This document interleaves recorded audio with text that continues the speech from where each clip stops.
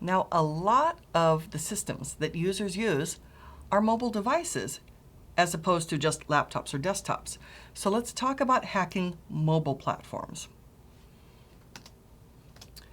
We have some goals that you can understand mobile platform attack vectors.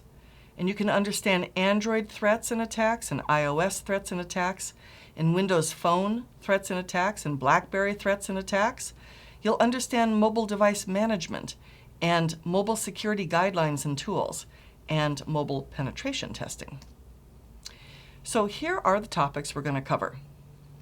Mobile platform attack vectors, hacking Android OS, rooting Android, securing Android, hacking iOS, jailbreaking iOS, securing iOS, hacking Windows Phone OS, hacking BlackBerry, mobile device management, mobile security guidelines and tools, and mobile pen testing.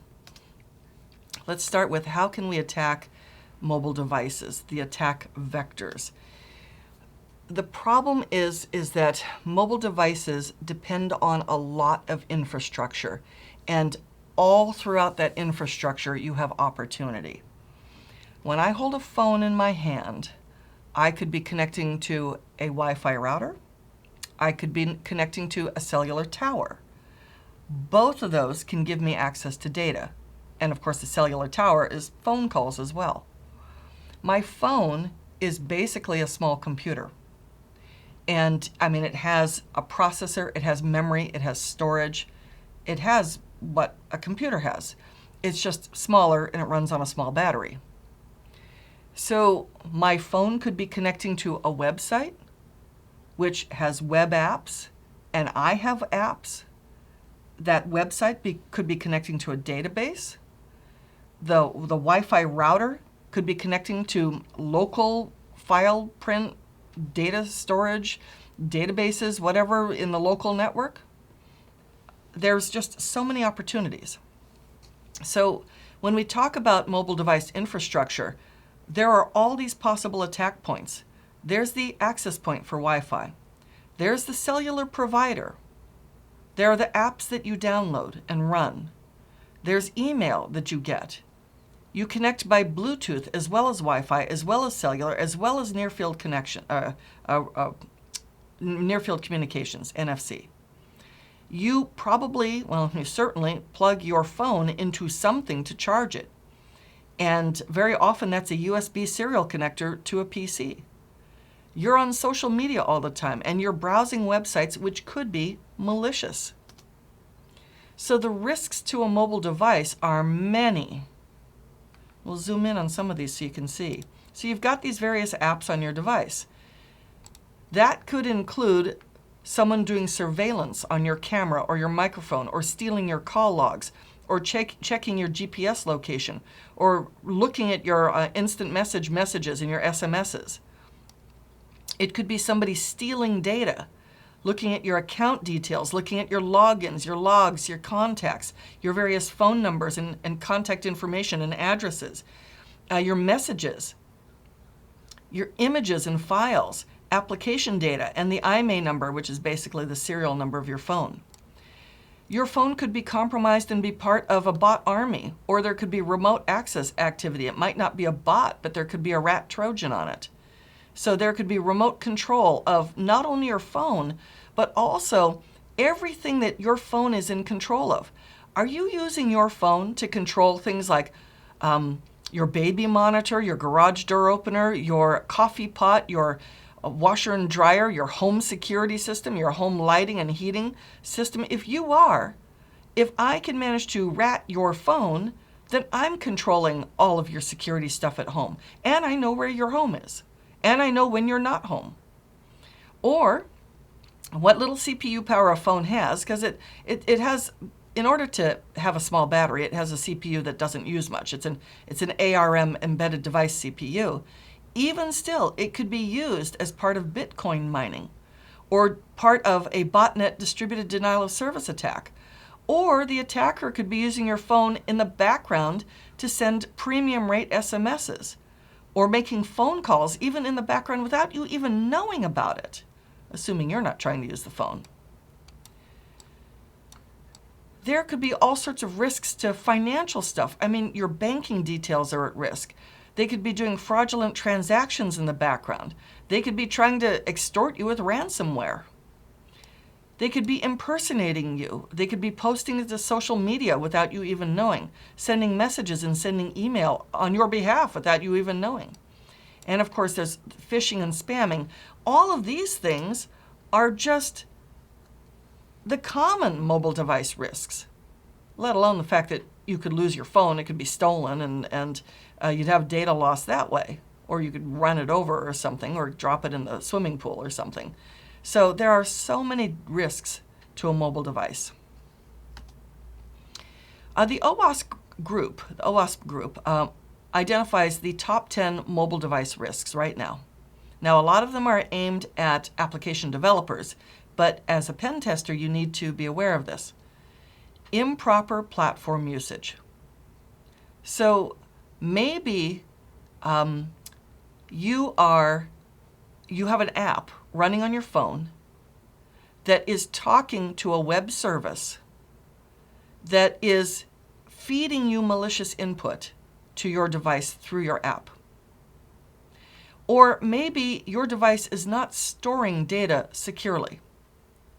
So maybe the application developer, very common, erroneously assumes while they're developing the app that you just downloaded and installed that users or malware will not have access to the device file system. Wrong, wrong, wrong. Maybe the application developer is not using proper communication. So maybe your SSL or TLS while you authenticate, but elsewhere it's in clear text. Maybe your authentication mechanism is not even existent, or it's very weak.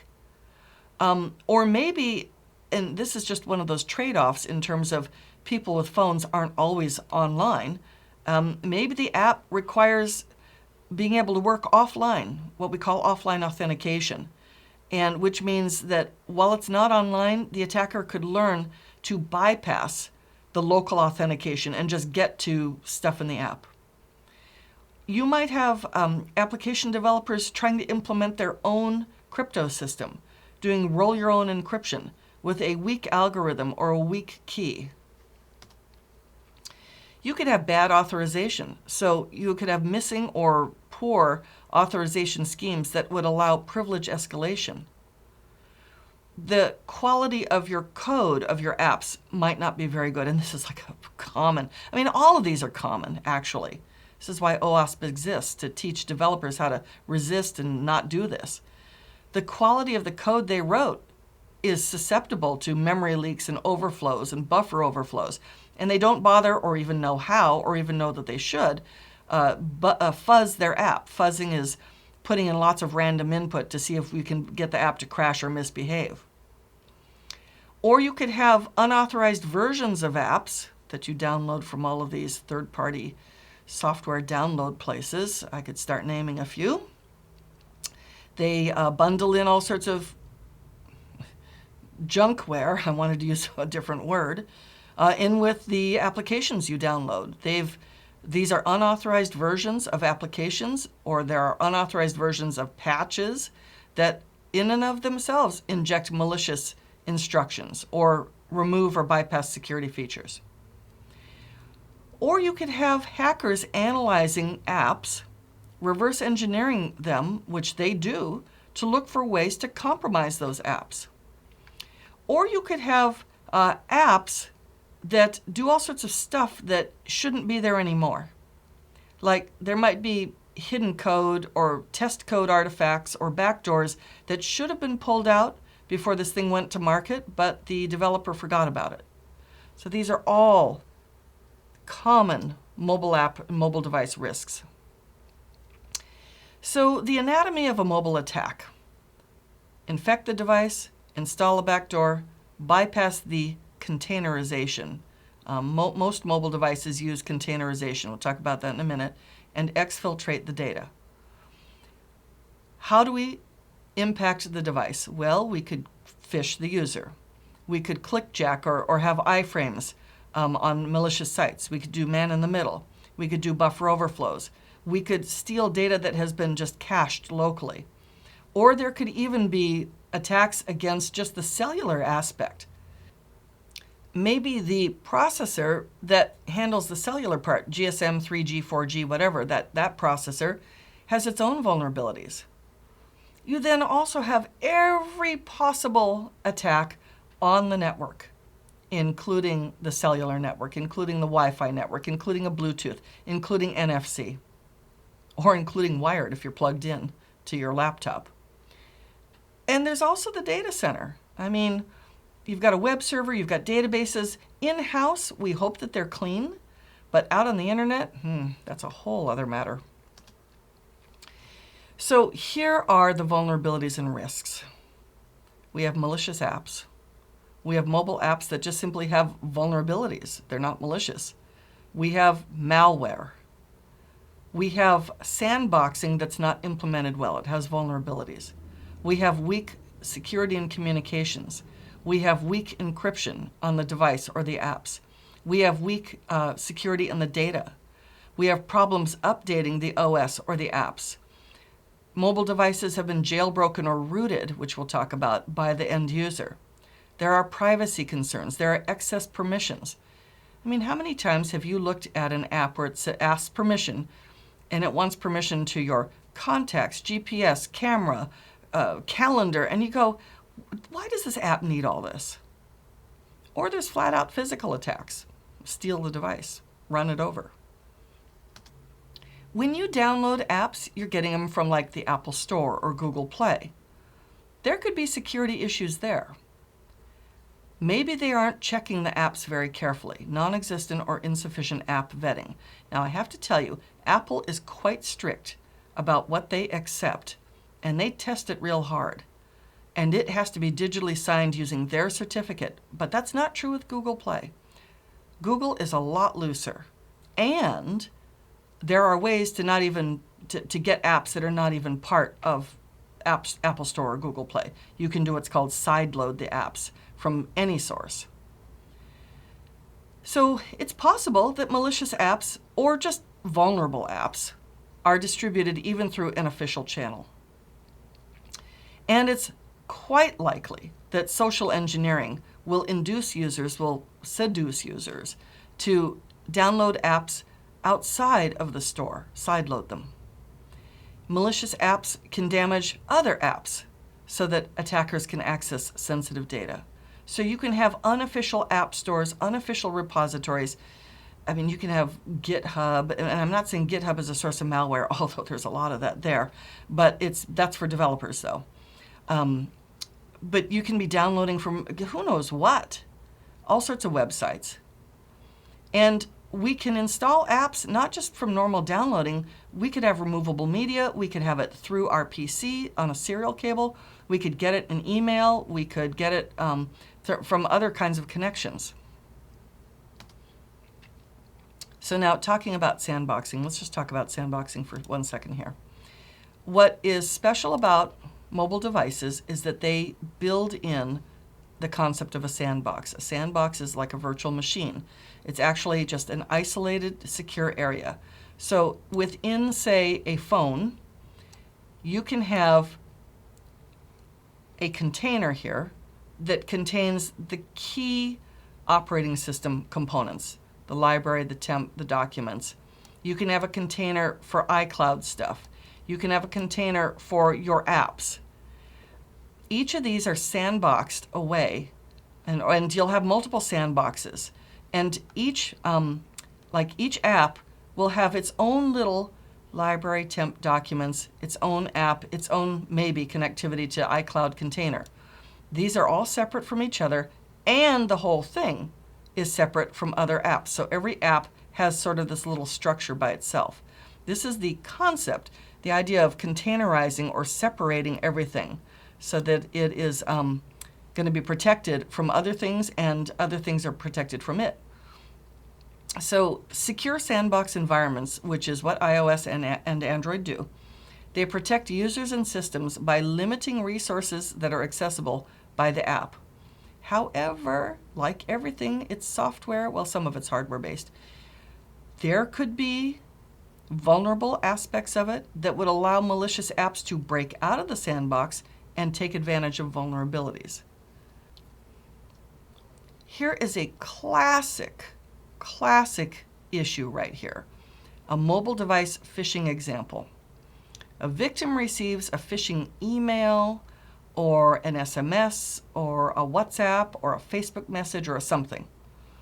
They click a link or they open an attachment, and the device makes a connection in the background for the waiting hackers. So like, here's just a classic phishing email attacking somebody in the background. So here's somebody who has sent an attachment. Check this out. This is the coolest thing. Da-da-da-da-da. When the person opens it, and they don't know, it'll say, is it okay if I modify your system settings, take pictures and videos, modify your contacts, read your contacts, find out your approximate and precise location, record your audio, directly call phone numbers, read your call log, blah, blah, blah? How many users are going to say, wait, we're so used to this already? So they just go next, and now they're infected. Here is an actual out-of-the-wild example of mobile spam with a malicious link right here. So unsolicited text messages, SMSs coming in, sent by who knows who. We don't know what the phone number is, or maybe we do know, but it's just been hijacked. We don't know who the email is, or it's just been spoofed. And it has these malicious links and these malicious advertisements right here. Notice this. Last day clearance. And this is a classic phishing thing to give people a sense of urgency. 90% off. Last day. We've only got 10 left. Quick, click this. And then you'll be sorry. So not only are we downloading malware and wasting precious bandwidth, but also, they're trying to have financial gain, or maybe they're installing a rootkit or a Trojan or some kind of malware or spyware in the background. So using SMSs or other kinds of messaging, smishing, this is an attempt to get personal or financial information via SMS. It's really effective because we tend to access the internet through our mobile device. It's super easy to establish a smishing campaign. It's really hard to stop. And people may or may not be accustomed to receiving spam via SMS. And we don't have clear standards for weeding out spam SMS. And the majority of mobile antivirus tools do not check for SMS spam. Here's another thing we could have. Bluetooth. Two devices pair together, and so we can listen in on or intercept data transmissions on open connections. That would lead to things like blue snarfing and blue bugging. And blue snarfing, of course, is stealing contacts. Blue bugging is actually giving us even more system-level permission. So the data shared from a malicious device could, of course, infect the recipient device. Or we could just steal from them. So that's a general overview in mobile device attack vectors.